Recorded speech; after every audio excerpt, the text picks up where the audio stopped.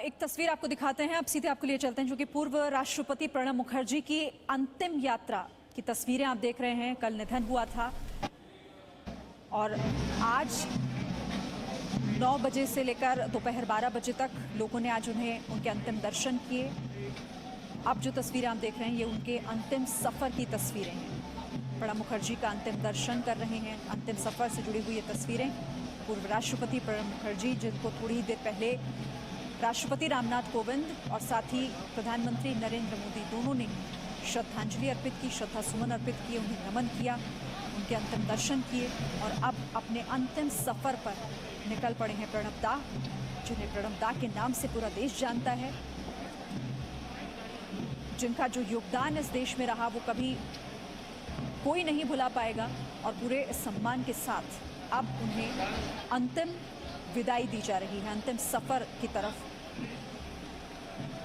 पूर्व राष्ट्रपति प्रणब मुखर्जी, आज अंतिम संस्कार होना है उन्हें। एक लंबे समय से वो बीमार थे, दिल्ली के आर्मी हॉस्पिटल में उनका इलाज चल रहा था, कोरोना संक्रमण से भी पीड़ित थे। एक सर्जरी उनकी हुई थी, ब्रेन सर्जरी, जिसके बाद से ही वो कोमा में चले गए थे और उसके बाद से ही वेंटिलेटर पर थे। और खुद उनके बेटे ने इस बात की जानकारी ट्विटर के माध्यम से दी कि अब प्रणब दा हमारे बीच नहीं रहे। कल उनका निधन हुआ और आज अपने अंतिम सफर पर पूर्व राष्ट्रपति प्रणब मुखर्जी। कैबिनेट की बैठक में भी पूर्व राष्ट्रपति के निधन पर शोक व्यक्त किया गया। ये दो तस्वीरें हम आपको दिखा रहे हैं। पहली तस्वीर उस वक्त की जब प्रधानमंत्री नरेंद्र मोदी पहुंचे और अंतिम दर्शन करने के लिए, उन्हें श्रद्धांजलि देने के लिए राष्ट्रपति रामनाथ कोविंद भी पहुंचे थोड़ी देर पहले। अब दूसरी तस्वीर जो है वो उनके अंतिम सफर की है, अंतिम यात्रा की। पूर्व राष्ट्रपति प्रणब मुखर्जी, जिन्हें राजनीति के दादा कहा जाता है, प्रणब दा के नाम से उन्हें सभी जानते थे। उनका राजनीतिक सफर क्या रहा वो भी हम लगातार आपको दिखा रहे हैं। भारत के 13वें राष्ट्रपति बने 2012 में प्रणब मुखर्जी, 2017 तक उनका ये कार्यकाल चला और आज पूरा देश उन्हें नम आंखों से अंतिम विदाई दे रहा है, श्रद्धा सुमन अर्पित कर रहा है। पूर्व राष्ट्रपति प्रणब मुखर्जी, जिनका राजनीति में कद क्या रहा ये बताने की ज़रूरत नहीं, उनका योगदान इस देश के नाम कैसा रहा ये शायद शब्दों में बयां कर नहीं पाया जा सकता। सर्वश्रेष्ठ वित्त मंत्री रहे 1984 में जब उन्होंने ये पदभार संभाला, और जिसकी चर्चा सिर्फ अपनी ही पार्टी में नहीं बल्कि दूसरी पार्टी के लोग भी किया करते थे। कांग्रेस के लिए वो कैसे कई मौक़ों पर संकट मोचक की तरह बनकर पार्टी के सामने खड़े रहे ये भी आप जानते हैं। जो उनका राजनीतिक सफ़र रहा वो बेहद ख़ास रहा और इसीलिए जब आज प्रणब मुखर्जी हमारे बीच नहीं है तो हर कोई नम आंखों से उन्हें अंतिम विदाई दे रहा है, श्रद्धांजलि अर्पित की जा रही है। पूर्व राष्ट्रपति प्रणब मुखर्जी की ये अंतिम यात्रा की तस्वीरें। कोरोना संक्रमण और साथ ही ब्रेन की सर्जरी की वजह से अस्पताल में वो एडमिट थे, दिल्ली के आर्मी हॉस्पिटल में उनका इलाज चल रहा था, लेकिन ब्रेन सर्जरी के बाद से ही वो कोमा में चले गए थे और डॉक्टर्स की निगरानी में, उनके ऑब्जर्वेशन में उन्हें रखा गया था, वेंटिलेटर पर थे। रविंद्र कुमार हमारे सहयोगी इस खबर पर हमारे साथ जुड़ गए। रविंद्र, शब्द नहीं है लेकिन अंतिम सफर पर प्रणब दा निकल चुके हैं और हर कोई नम आंखों से उन्हें याद कर रहा है, उन्हें विदाई दे रहा है।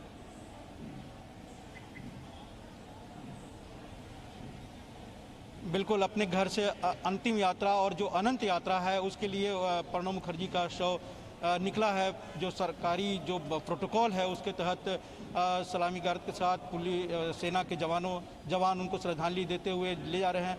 और अमूमन चूँकि पूर्व राष्ट्रपति हैं तो ये उसका प्रोटोकॉल अलग होता था, लेकिन कोविड कारण से ये एम्बुलेंस में ले जाया जा रहा है। उनके परिवार के, उनके बेटी, उनके बेटे और परिवार के अन्य सदस्य भी साथ में जा रहे हैं और थोड़ी देर बाद ही ये प्रणब मुखर्जी का अंतिम संस्कार होगा, जो कोविड के कारण से जो रिस्ट्रिक्शन है उसका पूरी तरह से पालन करते हुए। लेकिन एक बात तो है कि अनंत यात्रा में चले जाएंगे, लेकिन उनकी अनंत यादगारें ऐसी रहेगी जो पिछले 50 साल में उनकी जो भूमिका रही है, उनका जो योगदान रहा है, उनकी जो राजनीतिक और रणनीतिक कौशलता रही है। और एक बात और, जो जी न्यूज़ का एक मुहिम है कि आई एम सुशांत, उसी तरह से अगर देखा जाए जी मीडिया और जी न्यूज़ का पूरे देश का समर्थन मिल रहा है, उसी तरह से आज देश का हर जो पॉलिटिकल कार्यकर्ता हो, चाहे किसी पार्टी का, वो जरूर सोच रहा होगा या जरूर आगे के लिए एक रणनीति बना रहा होगा कि आई एम प्रणब, मैं भी प्रणब की तरह ही एक बड़े मुकाम पर हासिल करूँ, उन्हीं की तरह एक बड़ा यादगार एक हस्ती बनूं। तो कहीं ना कहीं आज जब अनंत यात्रा में विलीन हो जाएंगे तो उनकी अनंत यादें सबको रहेगी, और उसी के सहारे कहीं ना कहीं प्रणब मुखर्जी पूरे देशवासियों को दिलों में भी रहेंगे। बिल्कुल, और आज दिल से पूरा देश आज उन्हें याद कर रहा है। और बिल्कुल सही कहा आपने रविंद्र, क्योंकि उनका जो एक राजनीतिक सफर रहा, जो एक करियर रहा उनका राजनीति से जुड़ा हुआ, उतार चढ़ाव के साथ उन्होंने जो योगदान दिया, उनकी जो भूमिका रही राजनीति में, वो भुलाए नहीं भूलेंगी। और बहुत सारे लोग इस बात को कह चुके हैं कि प्रणब दा ने जो किया, प्रणब दा से जो सीखा जा सकता है वो जितना हो उतना कम हो।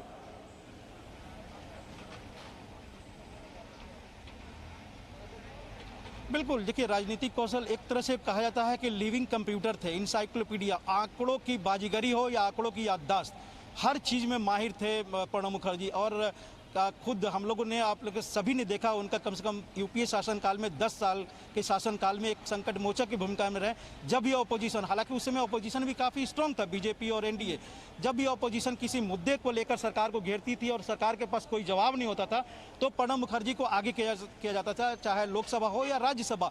और आप यकीन मानिए कि टेम्परामेंट पर सभी हंसते थे, कोई किसी को उनकी टेम्परामेंट से नाराजगी नहीं होती थी, और उस अपने जो चिर परिचित टेम्परामेंट के जरिए आंकड़ों के हवाले देते हुए विपक्ष को एक तरह से निशब्द कर देते थे, विपक्ष की बोलती बंद कर देते थे। ऐसा कई बार हुआ है। तो कम से कम ऐसी शख्सियत थे प्रणब मुखर्जी, चाहे 1969 से देखिए और आज तक हर भूमिका में वो एक यादगार अपनी पाली खेली है। और एक बात और देखिए कि विपरीत विचारधारा के होते हुए प्रणब मुखर्जी कैसे एडजस्ट करते थे कि जब राष्ट्रपति थे तो मोहन भागवत आरएसएस प्रमुख कई बार उनसे मिले, विचारों का आदान प्रदान हुआ। और जब 2018 के जून में प्रणब मुखर्जी नागपुर गए, झंडेवाला गए, पहले कांग्रेस के कोर कमेटी के मेंबर जो झंडेवाला में गए थे, वहां पर उन्होंने जो स्पीच दिया था उसमें 3 बातें महत्वपूर्ण थी, जिसका उन्होंने जिक्र किया था। जितनी चर्चा की जाए उतना कम है। प्रणब दा का जो करियर है, राजनीतिक सफर जो है, वो इतना लंबा है जिस पर हम जितनी बात कर सकें वक्त शायद हमारे पास कम पड़ जाएगा। और आज इसीलिए आज पूरा देश उन्हें याद कर रहा है और जी न्यूज़ भी उन्हें श्रद्धांजलि अर्पित करता है। बहुत शुक्रिया आपका रविंद्र।